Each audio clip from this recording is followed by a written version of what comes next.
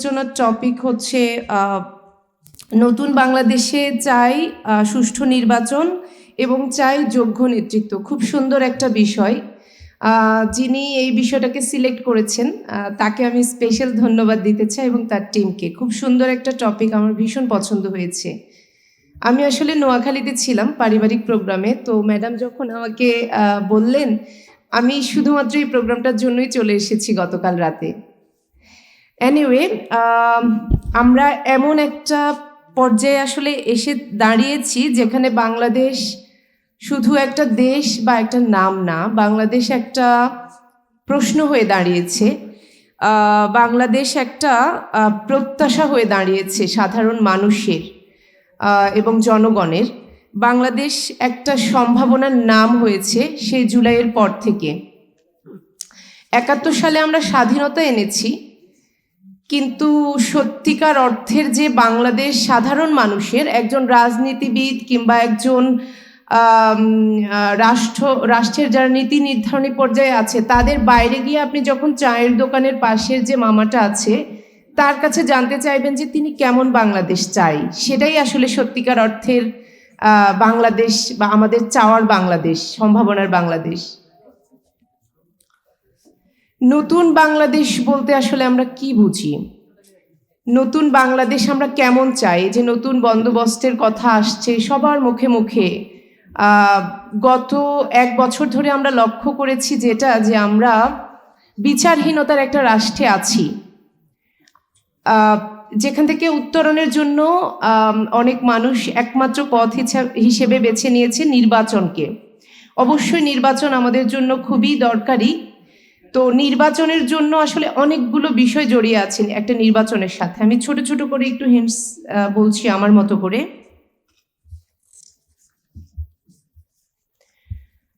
নতুন বাংলাদেশ বলতে আমরা শুধু নতুন ভবন নির্মাণ বা নতুন নতুন সব মেগা প্রকল্পকে বুঝি না।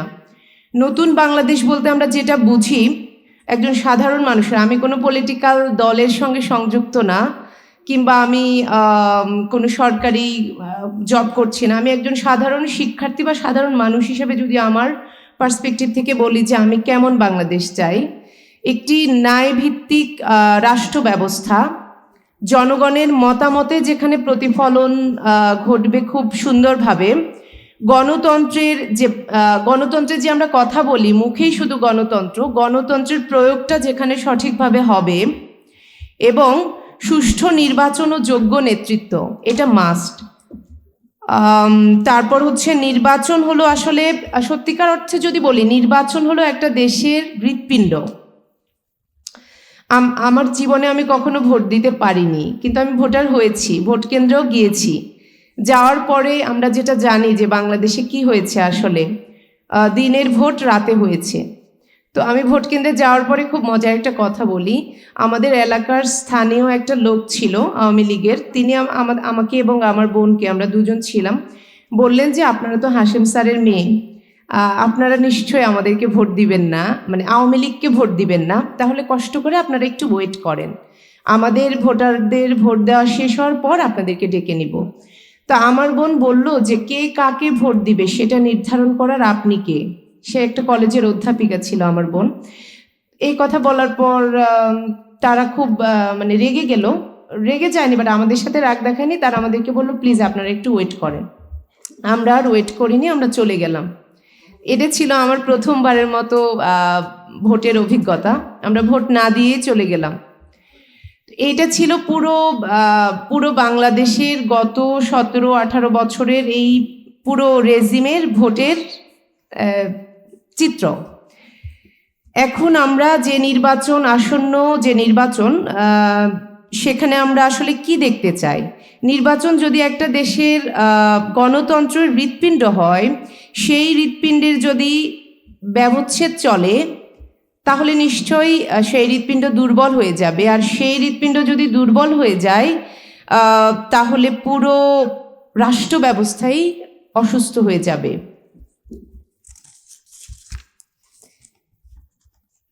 একটি সুষ্ঠু নির্বাচন বলতে আমরা যেটা সহজ বাংলায় বুঝি, দিনের ভোট যেখানে রাতে হবে না, ব্যালট চুরি হবে না, যেখানে ভোটাররা নির্ভয়ে কেন্দ্রে যেতে পারবে, যেখানে নির্বাচন কমিশন সঠিকভাবে কাজ করতে পারবে, কোনো রকম বল প্রয়োগ করা হবে না তাদের উপর, এবং তারাও নিরপেক্ষতার পরিচয় দিবে, যেখানে ব্যালট বক্সের চেয়ে জনগণের মতামত শক্তিশালী হয়ে উঠবে। আসন্ন নির্বাচনকে সামনে রেখে বিদ্যমান কিছু সমস্যা আমার দৃষ্টিতে আমি একটু বলছি।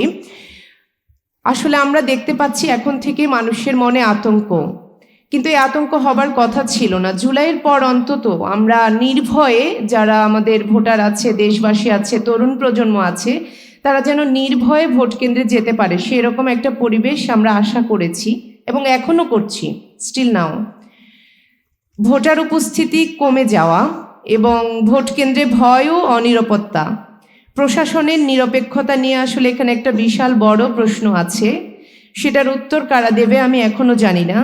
প্রার্থী নির্বাচনে অযোগ্যতা, আমরা গত বছরগুলোতে দেখেছি কি, যারা আসলে যোগ্য না তাদেরকেও সংসদে পাঠিয়ে দেওয়া হচ্ছে, তারা ওখানে গিয়ে প্রলাপ বকছে, যা ইচ্ছা তাই বলছে, তাদের কোনো পার্সোনালিটি ছিল না। একজন রাজনৈতিক নেতা হিসাবে প্রথম যে গুণটা তার মধ্যে থাকতে হবে সেটা হলো যে তিনি যে কথা বলবেন সে কথা তাকে মানতে হবে শতভাগ নিশ্চয়তা নিয়ে। তিনি মানুষের সাথে কথা দিয়ে গিয়ে কথাগুলো বড় বড় করে বলছেন, কিন্তু বাস্তবে তার 1%ও প্রয়োগ করছেন না, সেটাকে নেতা বলে না। তারপর যে বিষয়গুলো, আসলে যখন একটা রাষ্ট্রে প্রশাসনের পক্ষপাত দুষ্ট আচরণ লক্ষ্য করা যায়, তখন নির্বাচন আর আসলে প্রতিযোগিতা বা একটা উৎসবমুখর নির্বাচন থাকে না, তখন সেটা হয়ে ওঠে একটা আনুষ্ঠানিকতা। আমরা সেটা আর চাই না। আমরা যারা নতুন ভোটার আছি, টোটাল সব মানুষ, পুরান ভোটার, নতুন ভোটার, সকলের এখন একটাই প্রত্যাশা যে সুষ্ঠু একটা নির্বাচন এবং যোগ্য প্রার্থী, যোগ্য নেতা যারা সংসদে কথা বলবে, আমাদের হয়ে যারা যাবে, মানে আমরা পাঠাচ্ছি, আমাদের চাওয়া পাওয়াগুলো, আমাদের কাজগুলো, আমাদের অধিকারগুলো তারা আসলে রক্ষা করবে, তারা আসলে প্রয়োগ করবে।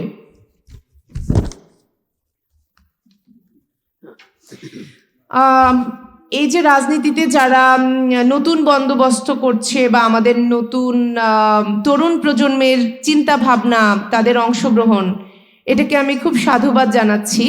এবং বাংলাদেশের আসলে সবচেয়ে বড় শক্তি হলো তরুণ সমাজ, যেটা আপনারা ৭১, ৫২ কিংবা জুলাই, ২৪শে জুলাই সব সময় দেখেছেন, তরুণ প্রজন্মের যে সাহসটা। তো এইবারের নির্বাচনে তাহলে কেন তরুণদেরকে বাদ দিয়ে হবে না? নিশ্চয়ই আমাদের নতুন যে বন্দোবস্ত, নতুন যে নেতারা উঠে এসছে, তারা আসলে আমাদেরকে স্বপ্ন দেখাচ্ছে, আমাদের স্বপ্নগুলো তারা তাদের চোখে দেখাচ্ছে।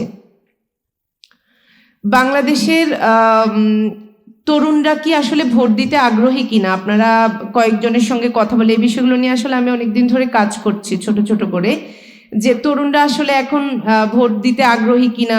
তরুণরা রাজনীতিতে তো অনেক আসছে, আপনারা দেখতেই পাচ্ছেন, পার্টিসিপেশন অনেক বাড়ছে। বরং সচেতন ও নৈতিক রাজনীতিতে আমাদের তরুণদেরকে যুক্ত করা আমাদের সকলেরই এখন সবচেয়ে বড় উচিত। এটাই নতুন বাংলাদেশের পথ। তরুণরা যদি প্রশ্ন না করে, তরুণরা যদি ভোট না দেয়, নেতা না হয়, তাহলে অন্যায়ের বিরুদ্ধে না দাঁড়ায়, তাহলে আসলে পরিবর্তনটা আসবে না। আমরা যে পরিবর্তনের কথা বলে আসছি সকলের চাওয়ার, সেটা আসলে আসবে না।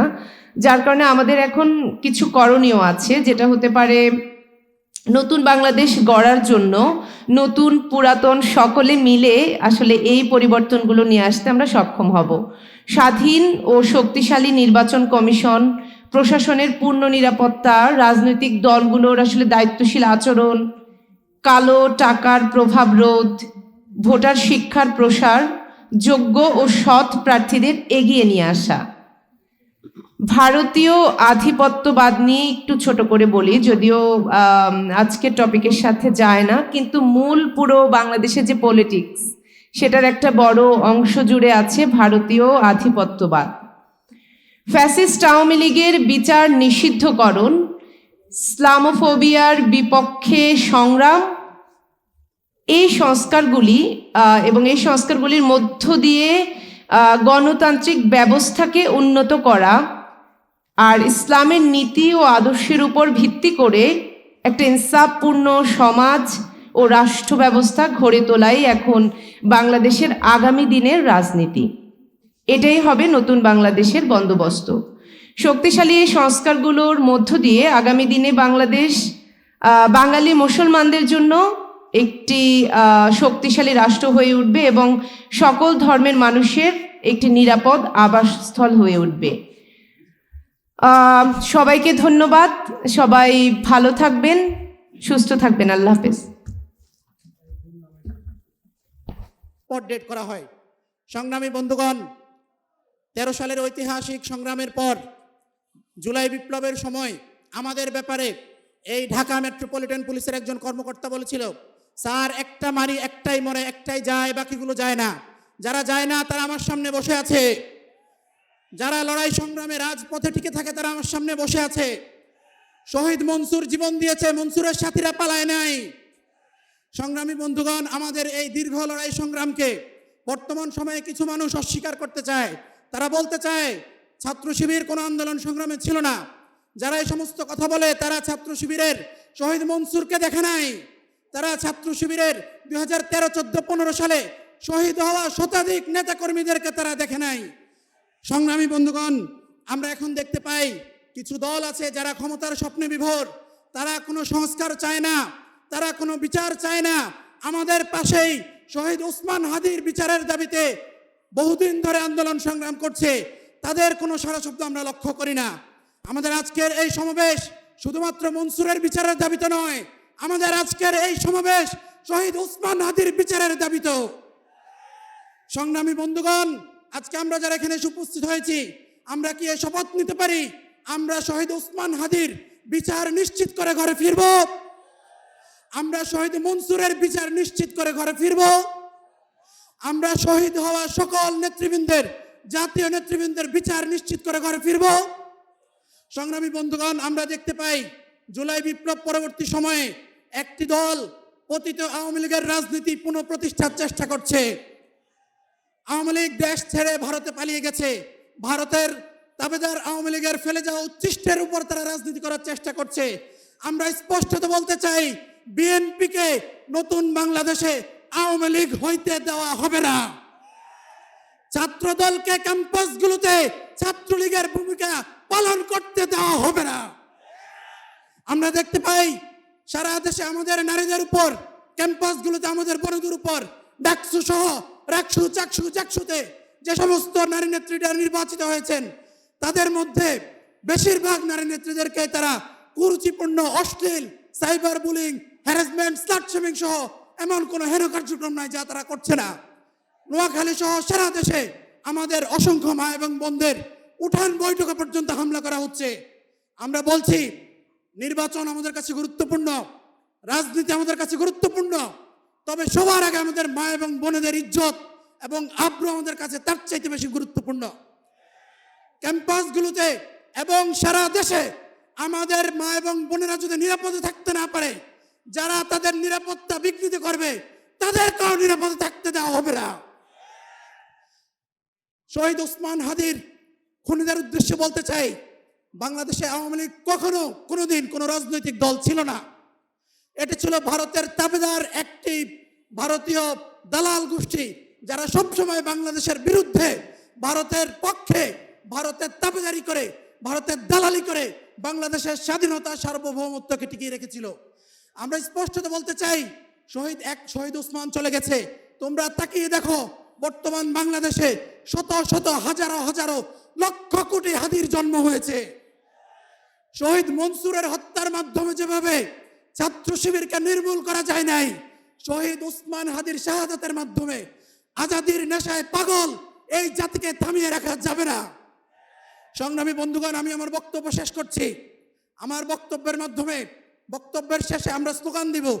এই স্লোগানের মাধ্যমে আমরা শহীদ ওসমান হাদি সহ ফ্যাসিবাদের দীর্ঘকালে যারা শহীদ হয়েছেন সকলের বিচারের দাবি সহ ফ্যাসিস্ট লীগের বিরুদ্ধে, নিষিদ্ধ লীগের বিরুদ্ধে স্লোগান দিয়ে এই জাতির আজাদির লড়াই আমরা সামিল হব ইনশাআল্লাহ। নারায়ে তাকবীর, নারায়ে তাকবীর।